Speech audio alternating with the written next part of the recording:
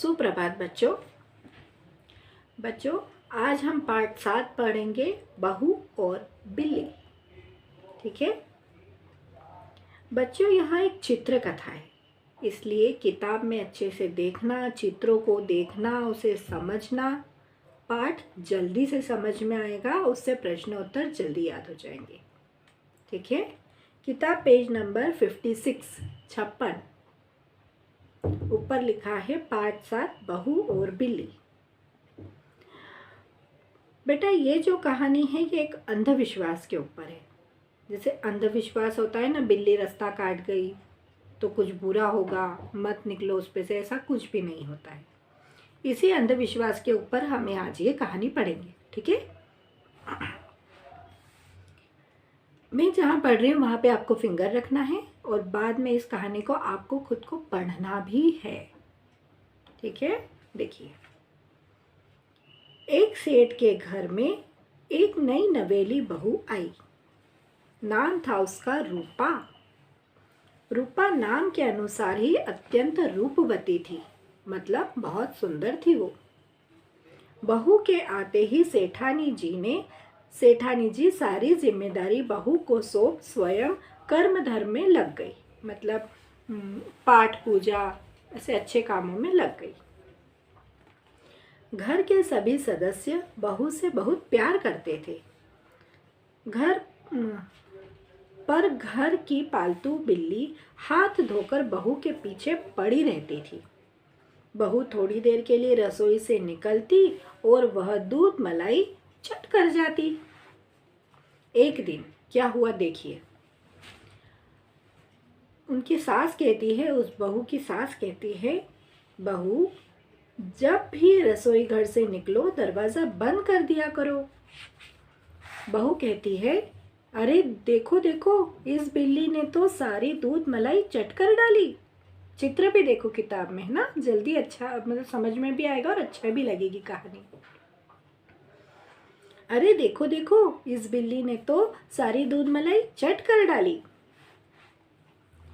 इसने तो जीना मुश्किल कर रखा है, अब इसका कुछ उपाय करना पड़ेगा। अगले दिन, दूसरे दिन क्या करती है वो देखिए। आज तो वह जरूर फंसेगी, एक बार फंस जाए फिर जंगल में छोड़ आऊंगी। है ना, उसने देखो पास में एक पिंजरा रखा है, पिंजरे के अंदर कुछ दूध या खीर ऐसा रखा है ना। अब देखिए पेज नंबर 57 पर थोड़ी देर बाद क्या होता है।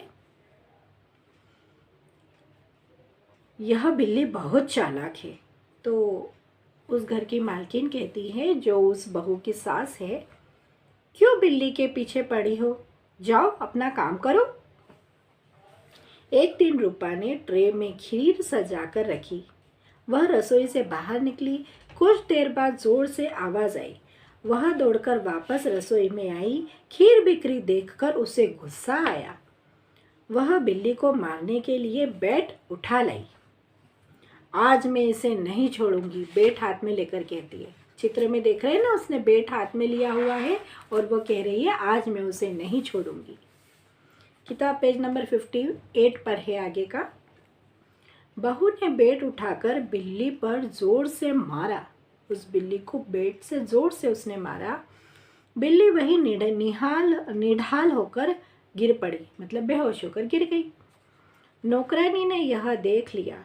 वह दौड़ती हुई सेठानी के पास हुई। अम्मा अम्मा, गजब हो गया, बहू ने बिल्ली को मार दिया। सेठानी रोती चिल्लाती हुई आई।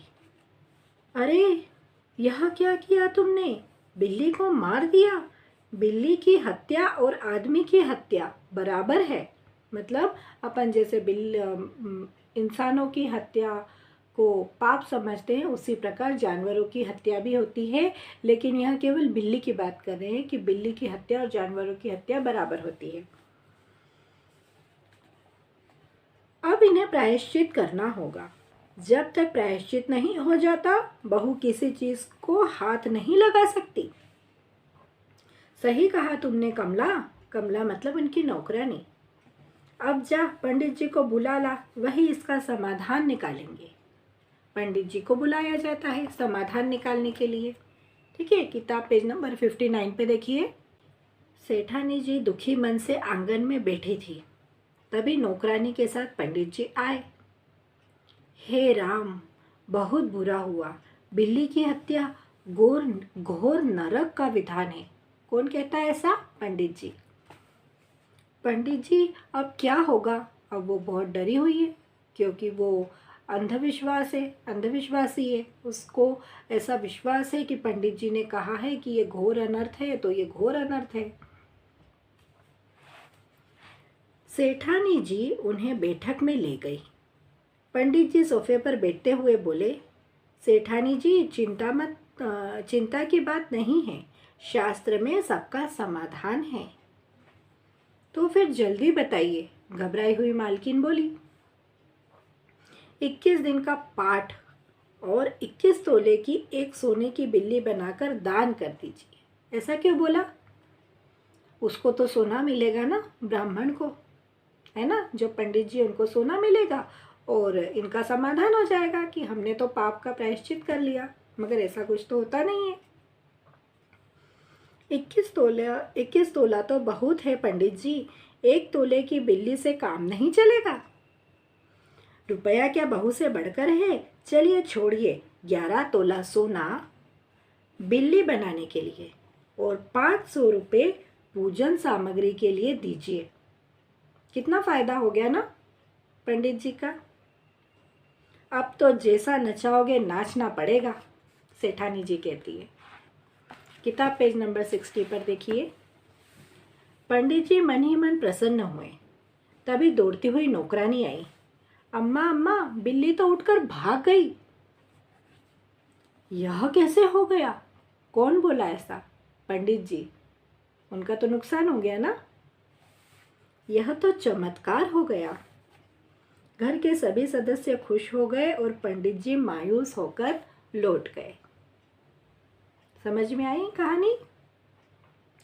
बच्चों, मैंने आपको प्रोजेक्ट सबमिट करने के लिए कहा था। मुझे अभी तक कुछ बच्चों के ही प्रोजेक्ट आए हैं। 5th A में से तो एक भी प्रोजेक्ट नहीं आया है। वो प्रोजेक्ट 10 नंबर का है। आपके मार्कशीट में 10 नंबर कम हो जाएंगे यदि आप प्रोजेक्ट सबमिट नहीं करेंगे। इसलिए प्लीज़ 5 तारीख तक मुझे प्रोजेक्ट सबमिट कर ही दीजिए, क्योंकि फिर रिज़ल्ट बनेगा तो उसमें आपके मार्क्स ऐड नहीं होंगे। ठीक है, जल्दी से जल्दी प्रोजेक्ट बनाकर मुझे मेरे पर्सनल नंबर पर भेज दीजिए। Okay, bye.